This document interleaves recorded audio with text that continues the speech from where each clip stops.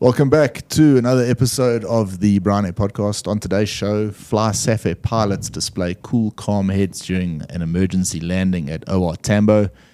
Emirates operations back on track after a storm there wreaks havoc. FAA investigates United. Indigo tests new streaming equipment. A Douglas C-54 plane crash in Alaska. 2 Malaysian helicopters crashed during display preparation. Cathay Pacific Roadshow in Johannesburg. Emirates drops its requirements for entry. And flying cars, Starlink satellites, and some drunk British passengers. Never heard that before. Never. Are you well? Yeah. Drunk and British go like together. Yeah. It's not even a thing. Jeez. Someone commented actually, when you remember we had that unruly passenger thing in Durbs on the Seme flight? Yeah, a couple of months ago, yes. And then it was on another podcast. I think Chris Williamson actually says how many turnarounds there were or there are on flights from like Heathrow, Gatwick, Stansted to places like Marbella in Spain, Ibiza, all those places that the Poms like to go for a bit of a holiday. Yeah. Apparently it just gets rowdy at like 6-7 o'clock in the morning. The pubs in the airport packed. So yeah, it's not unique to South Africa. But let's jump into it. You sent me some stuff over the weekend. A FlySafair Boeing 737 lost a main landing gear wheel during takeoff from OR, but landed back safely at the airport after burning off some fuel. Incident caused damage to the aircraft with no injuries reported to passengers and crew. Aviation authorities will, of course, investigate it, but from what we could see, handled spot on and no fuss. Yeah. On the ground, safe. Well executed, safe flying by the guys and girls at Safair. I mean, it's just a nice... by the world's best low-cost airline. Yes. That accolade came out yesterday for them. And like I was thinking about it, it was like, again, it's such a nice show and display of how good South African pilots are. They are. Our pedigree of aviators that get trained through South African schools and that are just top notch. We can vouch for that, eh? Yeah. Any day of the week. I only actually realized that until I went into the training industry, how good the standards of the South African pilots are. Yeah. And obviously at a place like Safair, their training and everything is on the money, and that's why when something like that happens, it's a non-event. Obviously, you get your non-pilot mates. Hey, did you see what happened with that aircraft? How does that happen? Well, it's an airplane is a mechanical thing. Things can happen. Okay, it's not all about doors and that falling off, but things like that have happened before. They will continue to happen. Yeah. And provided you've got pilots up front that know what they're doing, they can assess the situation correctly, identify what to do, and come back and execute a safe landing. That's all the passengers have to worry about. That's exactly. Yeah. I mean, I'll tell you what happened to me. I was actually sitting at home on that day, and a mate of mine sent me a message. Said, "Listen, are you on flight radar 24?" I said, "Yeah." He says, "Check it out. There's a Safair flight that's declared an emergency," and he belongs to a group that's obviously quite in tune with what's happening with emergency services and everything. And there was a lot of speculation at the time that they'd lost the main landing gear. Mm-hmm. So when you hear that, you think, shit, well, that's not good, as opposed to just losing the wheel. Yeah. So I was actually quite interested. So I started following it on Flight Radar 24. It turns out they actually, where they were holding to burn off fuel is not far from where I stay. Mm-hmm. And then I actually managed to see them fly past my house, join final approach for 2-1 in Joburg. And I had my binocs out there, I was checking it out, and you could see the undercarriage was all out. Yeah. So then I obviously had determined for myself it was probably just a main wheel issue. Yeah. And it was nice to see that you actually followed all the way down on Flight Radar 24, watch them land. And it's amazing how fast social media spreads news, because these days they had just landed and then all of a sudden the videos were all out. And look, luckily it was a really successful outcome, and all's well that ends well. But there was two things that came out of that little event on Sunday when I saw that was, well done to the pilots, the crew as a whole. I'm sure the SAFAir team, everyone involved, saw to it that there was a good outcome. But yeah, social media, man, just it's like it's viral. It's something else. Yeah, the flight radar thing is a thing because you get like guys that comment like there'll be an aircraft that does 2 holds and they'll be like, what's happening with the Airlink flight from Bloemfontein? It's like, well, relax, bro. It's ops normal, man. Yeah, it's pretty weird, and you also just wonder, something like that happens, and cool, you go switch on flight radar to see, but you're not necessarily looking at it like all day to see if anyone's entered a hold, or I think some folks are, Yeah, look, I think there's guys that pay the premium subscription to it, and then they get. What is on that premium subscription?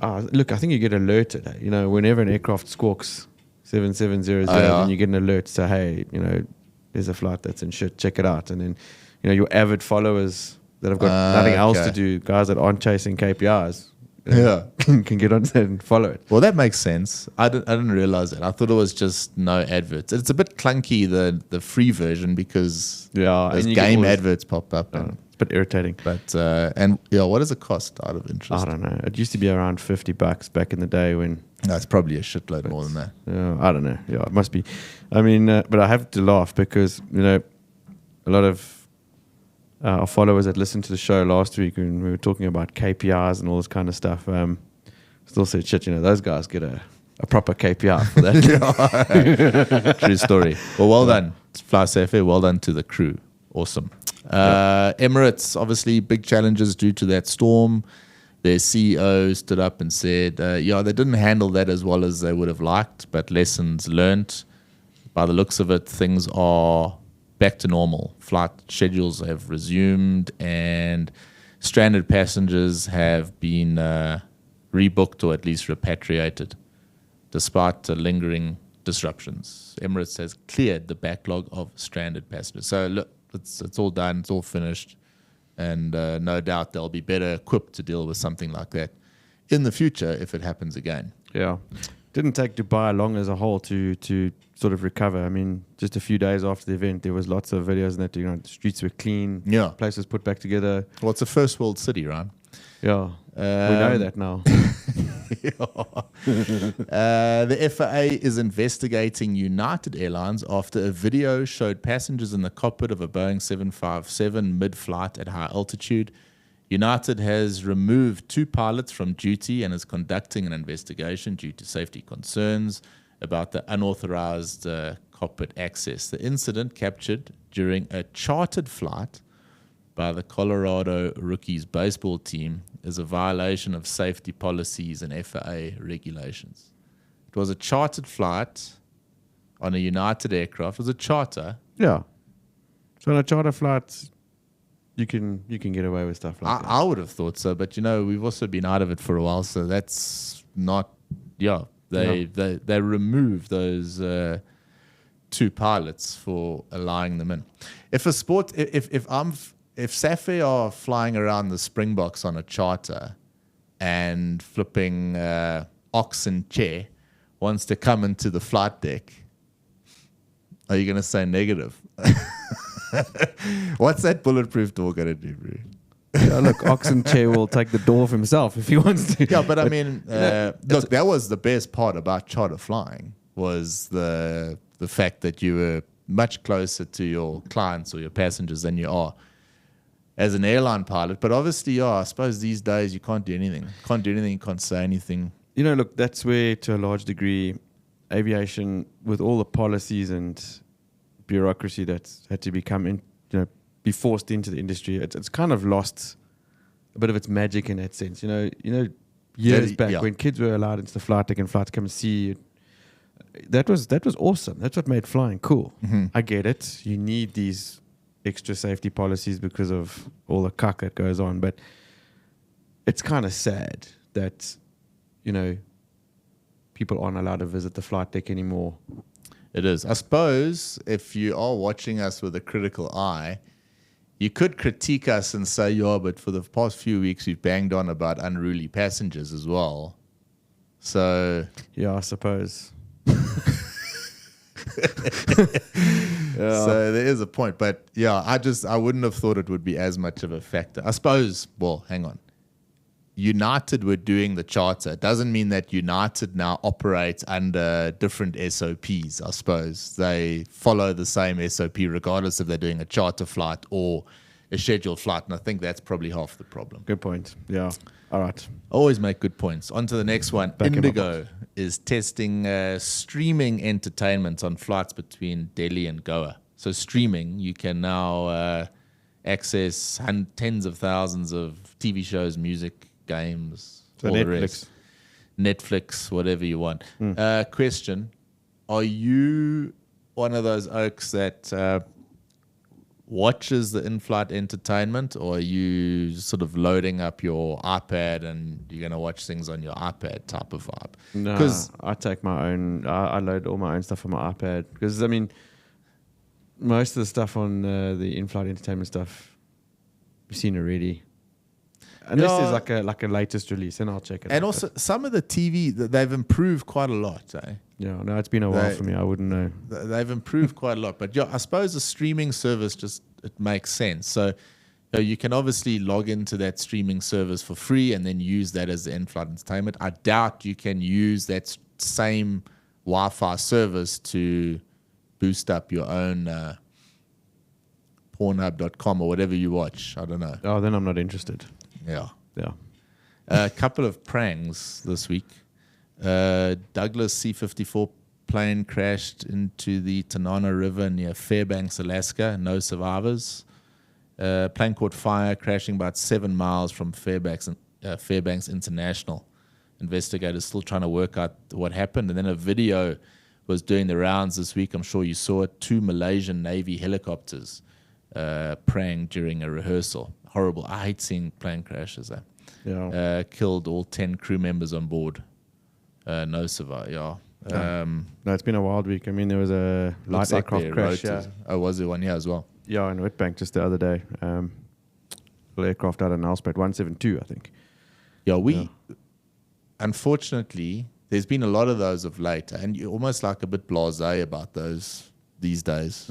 Light aircraft crash, it's like whatever, but there's too many, man. Yeah. It should never be, shouldn't happen. Right, so there's been obviously a big focus on eVTOL stuff from us. I saw this thing the other day. Music legend, this guy Jean-Michel, he recently became the first passenger to fly in the Klein Vision's flying car. The car transforms from a sports car to a plane and completed an intercity flight in 2021. So this oak, it actually looks pretty cool. The video the video got taken down. I wanted to show you, but that to me makes, because you can fly somewhere, put it down, and then drive to wherever you're going. Yeah. So you don't have that like sort of bus stop situation that you're going to have. But technology like that can't come fast enough because, I could really use that on my daily commute. Yeah. Canada has granted Airbus permission to use Russian titanium in its manufacturing despite sanctions. The waiver helps Airbus continue its operations in Canada without disruptions. The move aims to prevent potential impacts on Airbus's production due to the ban on importing European-built jets with titanium. So titanium is in very, very short supply, and you kind of need it to build aircraft. Yeah. That's a good summary of that article as I can You don't make. want to build airplanes out of copper. They'll get stolen and melted. True story. Did you see SpaceX the other day? Yeah. Falcon 9 rocket launched 23 satellites. It's still quite cool when you see those satellites. It's very cool. I actually think I saw that trail a couple of months ago, the one evening, coming past. It's quite impressive. Yeah, a few guys took photos of it, I think. Yeah. What the hell's going on here? Let's chat about Starlink. I've paid my freaking deposit on their website. That was a while ago, man. It was like 2020. Yeah. I mean, it's in Nigeria, it's in Mozambique, it's in all over Africa, it's everywhere in the world. not in South Africa because stupid politics and all the rest. There's got to be a bit of bureaucracy. Somebody in the upper echelons of government must get a brown kickback. envelope, and then it'll be allowed. And then I mean, it's just so ridiculous that maybe you got to get OTA onto this outer. Yeah. Because, I mean, we all face it. It's so difficult to get stable internet. I mean, we battle with it at the office. We battle with it at our homes. Yeah, fiber was supposed to be the answer. Fiber was a disaster. But it doesn't help when there's all these power outages and then the towers still get affected and everything. No, it's a shit show. I want one of those. So Starlink make like a portable satellite thing. You can clap it on top of your car. If you go away, you can take it with. You've got internet vibes. I've got you into lately following this van life. I don't know if anyone watches it, but it's quite cool. It's these oaks. So basically, they kit out a van with their whole life inside. It's just like basically a room on wheels, and they just sort of cruise around America, and they stop in places, whether it's a car park or a forest somewhere, and this guy claps his Starlink on top, and then he spends the night gaming. Yeah. And records. It sounds boring as hell, but it's actually flipping cool to watch. It's become a thing because there's more than one person doing it. There's a whole community. There's this girl that I was checking out the other day, same thing. She's a photographer and decked out her van like... Yeah. Her van is obviously a hell of a lot neater than the dude's one is. Yeah. But just as tricked. And she's got all her camera gear, and she just drives around, takes amazing footage of stuff, and it's kind of cool. It's really, really cool. It's look, obviously for those that are riding the single life, I'd have to get like a Putco bus kitted out for my tribe, and all these guys that do it are they're all alone, but it looks kind of cool. British passengers on a Turkish airline drank all the alcohol on board within 25 minutes of takeoff. Well done, fellas. The airline was shocked by this and mentioned that British holidaymakers are known to spend a lot on drinks. Sun Express, a value carrier, started flights from the UK in 2022 and plans to expand further. I think flights out of the UK to places like Spain and Greece and Portugal, and probably any flight into Vegas, there must be some of the more difficult and fun ones to operate. And I suppose if you're a cabin crew member with a good sense of humor, there must be must be a lively affair. My take on this is that British Airways obviously fucked up a bit, because for them to drink all the alcohol within 25 minutes means they definitely didn't put enough on. Yeah. No, well, I don't what. So this was Sun Express. Oh, okay. Yeah. So sorry, British passengers, but Sun Express. Sorry, British Airways. Yeah. But still. They would have also ran out. There's some recruitment news, but we'll get to that afterwards. I want to jump to a pilot productivity thing, or productivity thing in general. Well, it's actually not productivity. It's kind of motivation. I've punted a couple of weeks the Chasing the Sun documentary. Season 2 is just absolutely insane. It'll give you goosebumps, and watching it again as a South African is, I suppose it's almost like awe-inspiring to see and to understand what that team did. Because when you watch it in real time, it's kind of, you see the 80 minutes on the field. Behind the scenes. Yeah, and this documentary is all about behind the scenes, but there is so much wisdom that came out of that series. It's quite remarkable. And a post I picked up yesterday, Alan Boyle, he wrote, some things he picked up and a few points. I'll go through them here. Purpose drives teams to move mountains. The campaign was bigger than the individual rugby players or the team, or even lifting the trophy. It was about uniting every single person in South Africa. Companies that get their people behind a clear mission and purpose can really move the dial. So that was the first one. Obviously, this guy's taking it from a business angle. Never mince your words. Coach Rassie Erasmus is known to be a straight talker, and when making the tough decisions in the final to go with a 7-1 split, he made it clear to every player why he was doing it and what role they would each play in the run-up to the final game. The guys that didn't make the final squad played an equal part in preparing the team for the game. Write your own life script. Don't let others write it for you. Many of the South African players didn't go to elite rugby schools and grew up under difficult circumstances, yet their determination and grit got them onto the world stage. The path to success is not always linear. Write your own script. Don't simulate the game. Play the game. Scrum coach Don Human refused to use the scrum machine during the pre-match training.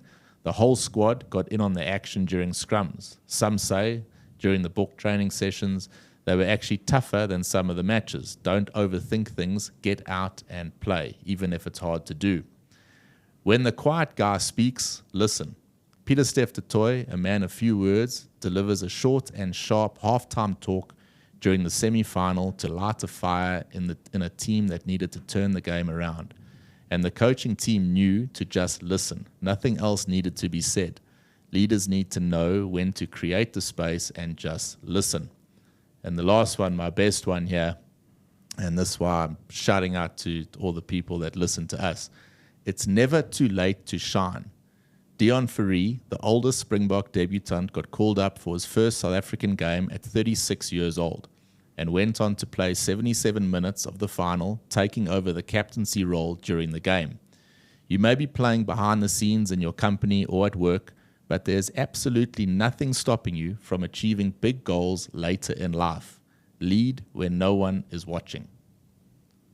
So I kind of like that because there were so many nuggets of wisdom that came out. This guy captured it very nice, and particularly that last one.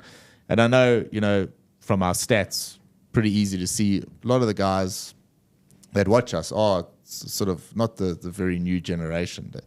They our age, up to 55 years old. I think you do get to a point, it's like, I wish I had done this earlier because then I would have a chance to go and do that, and that. The reality is you're never too old. You just got to decide, I am going to do it, and then go for it. There's no age restriction with this thing. There was Peter Attia was on a podcast the other day. They were talking about this guy in his 90s or something. He just got addicted to the rowing machine at the gym and just rowed and rowed and rowed. This guy's got like a VO2 max of a 30-year-old, as healthy as ever. But he started training 30 years ago, so in his 60s, to become like one of the fittest dudes in the world in his 90s. So you're never too old. So I really like that, and that's kind of the motivational piece for the week. No, that's really inspirational, and I think, from time to time we all need to be reminded of that. It's never too late to change tact and rethink things, and as long as you're just pursuing some sort of a goal, something that's meaningful. Yeah, exactly. I think a lot of the times most people stop chasing something that they're really passionate about because they've got too many inner built roadblocks.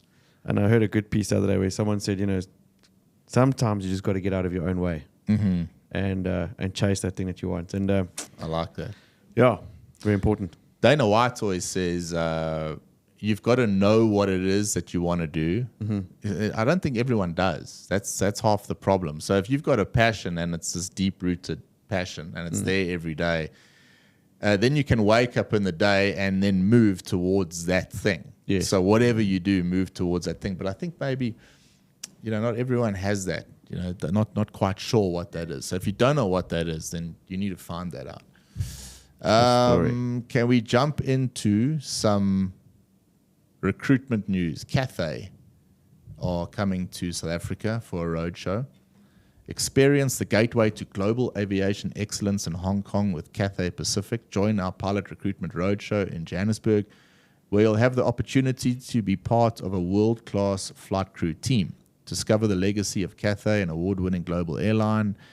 As we embark on an exhilarating business transformation, we are seeking talented individuals like you to join us in Hong Kong, a vibrant city renowned for its cultural richness, innovation, and breathtaking skyline. Don't miss this chance to be at the forefront of global aviation and unlock extraordinary opportunities for personal and professional growth. I'll leave the details in the notes. If anyone wants to click on it, you can go check it out. 8th to the 9th of May, 9 o'clock to 6 p.m., Sandton Sun Hotel in Joburg. You've got to register, so you can do it. They've got links here for FOs, second officers, cadets, and sim instructors. So, yeah, a wide range of opportunities there. And I suppose this will probably appeal more to the slightly younger generation because, well, I suppose maybe it appeals to a wider range than we think. But I think over the past few years, Cathay definitely received a lot of negative press. Certainly don't get paid what they used to get paid. But what I do know there is that there is a very, very high quality group of individuals there. And why I say that is because I think I get more gen from the guys in Hong Kong than we do anywhere else. I know most of those guys fly for Cathay. And every week the guys will send me something of value that we add. And that we've continuously for a few years now ranked quite nicely up the charts there. Yeah. So we're quite popular in Hong Kong, and a lot of those guys I actually haven't met personally, but I've got to know them really well through the pod. Yeah. So like I'm pretty pro like Cathay because they there. I suppose more SAFers there taking the opportunity. Yeah. Go for it. That's awesome. It's been a while since we had a few road shows. Road shows have been scarce. I think it was the year before last where there was quite a few. Yeah. But it seems to be picking up momentum again because recruitment globally is, I don't know, from what I can see, starting to pick up. It is, yeah. It's like the second wave. Yeah. There's another story over here. Emirates Airline is proud to announce updated eligibility requirements for pilots seeking to join our team. As a leading airline committed to excellence and safety, we continuously evaluate and update our standards. It's another way of saying there's not enough guys with the old requirements, so we've dropped them. There's a direct entry captain. We're excited to offer direct entry captain roles with base salary increase, and we are now recruiting for our new A350 fleet. There's an accelerated command program. Accelerated command program on our Airbus fleet is now extended to accelerated command on the B777 fleet. This is a great opportunity for motivated narrow-body captains to fly a modern wide-body aircraft worldwide on our fast-track promotion program. And for first officer roles, we are now able to hire non-jet qualified turboprop pilots with a minimum of 2,000 hours total flying time on a turboprop, or jets with a max takeoff weight of 20 tons or less. What's going on? I'm going. Just like that? Just like that? You can handle it. But like... Dubai bound. On the plane, bro. Yeah. New studio. I love it. So, this is something we've kind of been talking about for a long time. It's a bit of a shoot the breeze type of studio. No notes, candid discussion. You and I on a flight together, bombing overseas. What conversation will we have? So, yeah, another element to the show. Yeah. But I suppose we can carry on with the discussion that didn't end there. Emirates dropping the requirements like that is it's a flipping positive thing for some that are looking to make that move, to a major airline sooner rather than later. My concern, and obviously I thought about this last night, it's quite a major drop in requirements. Are we going to have enough pilots in this country or on this continent to serve the existing routes, never mind expansion? Yeah. Just the stuff going on now.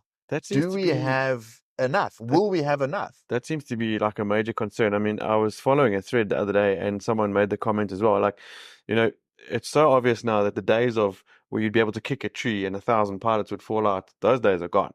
And the airlines are scrambling now, searching for experience. I mean, it's ridiculous how much the requirements have been dropped.